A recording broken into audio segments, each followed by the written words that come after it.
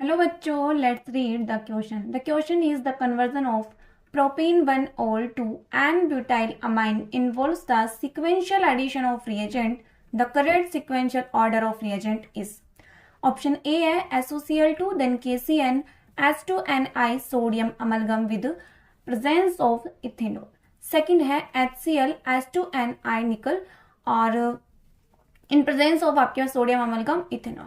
Third है SOCl2, then KCN और then amine methyl amine. और फोर्थ है HCl और फिर आपके पास डालना है आपको मिथाइल अमाइन.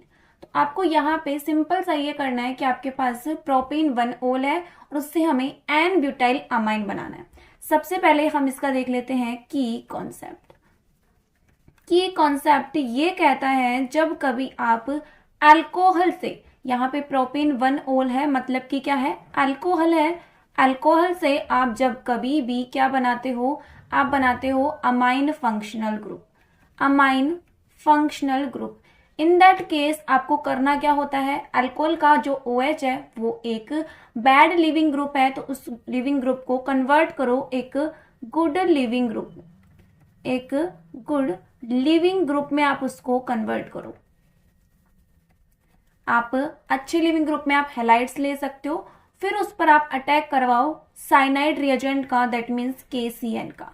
और इस KCN का जब कभी आप क्या करते हो, रिडक्शन करते हो. KCN का जब आप रिडक्शन करते हो तो आपको मिल जाता है क्या, अमाइन फंक्शनल ग्रुप आपको देखने को मिलता है. ठीक है, ऑप्शंस गिवन है. हम वन बाय वन क्या करते हैं, हम स्टार्ट करते हैं ऑप्शंस को देखना. सबसे पहले मैं लिख लेती हूँ यहाँ पे प्रोपेन 1-ol की स्ट्रक्चर कुछ इस तरीके से होगी जिसमें नंबर ऑफ कार्बन एटम तो होंगे 3. नंबर ऑफ कार्बन एटम कितने होंगे, प्रोपेन 1-ol है, नंबर ऑफ कार्बन एटम आपके पास होंगे 3, राइट. और अल्कोहल फंक्शनल ग्रुप है तो मतलब कि क्या आएगा, OH. OH को सबसे पहले आप कन्वर्ट करो अच्छे लिविंग ग्रुप में, और अच्छे लिविंग ग्रुप के लिए आपके पास थायोनिल क्लोराइड गिवन है मतलब कि SOCl2 गिवन है. SOCl2 क्या करता है, अल्कोहल को एल्किल क्लोराइड में कन्वर्ट कर देता है. एल्किल क्लोराइड में कन्वर्ट कर देता है. एल्किल क्लोराइड का ये जो कार्बन सेंटर है मोस्ट इलेक्ट्रोफिलिक है, तो इस पे attack of nucleophile easily observe होगा. और मैंने बोला कोई भी साइनाइड रिएजेंट आप यूज लो, कोई भी साइनाइड रिएजेंट आप यूज लो. और यहाँ पे गिवन है KCN. CN का यहाँ पे अटैक होगा बैक साइड और ये Cl बाहर जाएगा. और जैसे आपको ये अटैक देखने को मिलेगा, आपको मिल गया यहाँ पे साइनाइड जो मैंने आपको बताया था. इस साइनाइड का जब कभी आप रिडक्शन करते हो, तो यहाँ पे एक रिड्यूसिंग एजेंट हमारे पास हर एक ऑप्शन में गिवन है.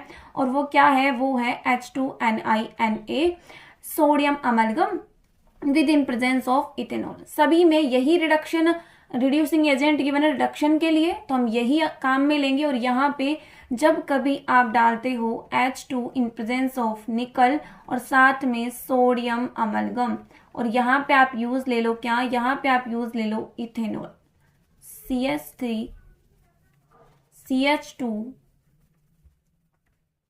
इथेनॉल को सिंपली हम ऐसे भी लिख सकते हैं ETOH, राइट. तो हम ETOH लिख लेते हैं.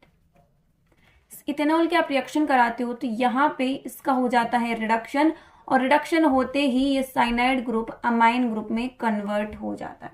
तो सबसे पहले हमने क्या किया, थायोनिल क्लोराइड की रिएक्शन करवाई, देन हमने KCN डाला और देन हमने H2Ni सोडियम अमलगम डाला और हमें मिल गया हमारा amine functional group with 1 elongated carbon atom. एक कार्बन एटम का इंसर्शन हो गया और यहाँ से हम प्रोपेनॉल से हम ब्यूटाइल अमाइन में पहुंच गए हैं. दैट मीन्स हमारा करेक्ट आंसर क्या रहने वाला है इस केस में. सबसे पहले हमने डाला थायोनिल क्लोराइड, फिर हमने डाला KCN और फिर हमने डाला ये. तो यहाँ पे आपके पास करेक्ट ऑप्शन रहने वाला है option A. Remaining option incorrect क्यों है, जब कभी आप अल्कोहल की रिएक्शन HCl से कराते हो, यहाँ पे मैं आपको करा के बता देती हूँ. अल्कोहल की रिएक्शन आप HCl से कराते हो तो यहाँ पे दो पॉसिबिलिटी है. एक तो हो जाए आपके पास सब्स्टिट्यूशन रिएक्शन, और सेकंड माइनर में आपके पास हो जाए यहाँ पे एल्कीन फॉर्मेशन. और फिर आप इस पर अगर आप रिएजेंट डालते हो, क्या H2NiNaHg, तो यहाँ पे रेडिकल रिएक्शन होगी और इस केस में आपके पास सब्सटीट्यूशन होगा, बट डिजायरेबल प्रोडक्ट नहीं बनेगा क्योंकि नाइट्रोजन का अटैक होगा। यहाँ पे आप अटैक कराओगे तो यहाँ पे आपको ये अटैक जब आपने कराया तो यहाँ पे एन ब्यूटाइल अमाइन देखने को नहीं मिलेगा, यहाँ पे सेकेंडरी आपको अमाइन देखने को मिलेगा। दैट मीन्स यहाँ पे option B, option C and option D incorrect होंगे। I hope you understood it well. Thank you. Best of luck.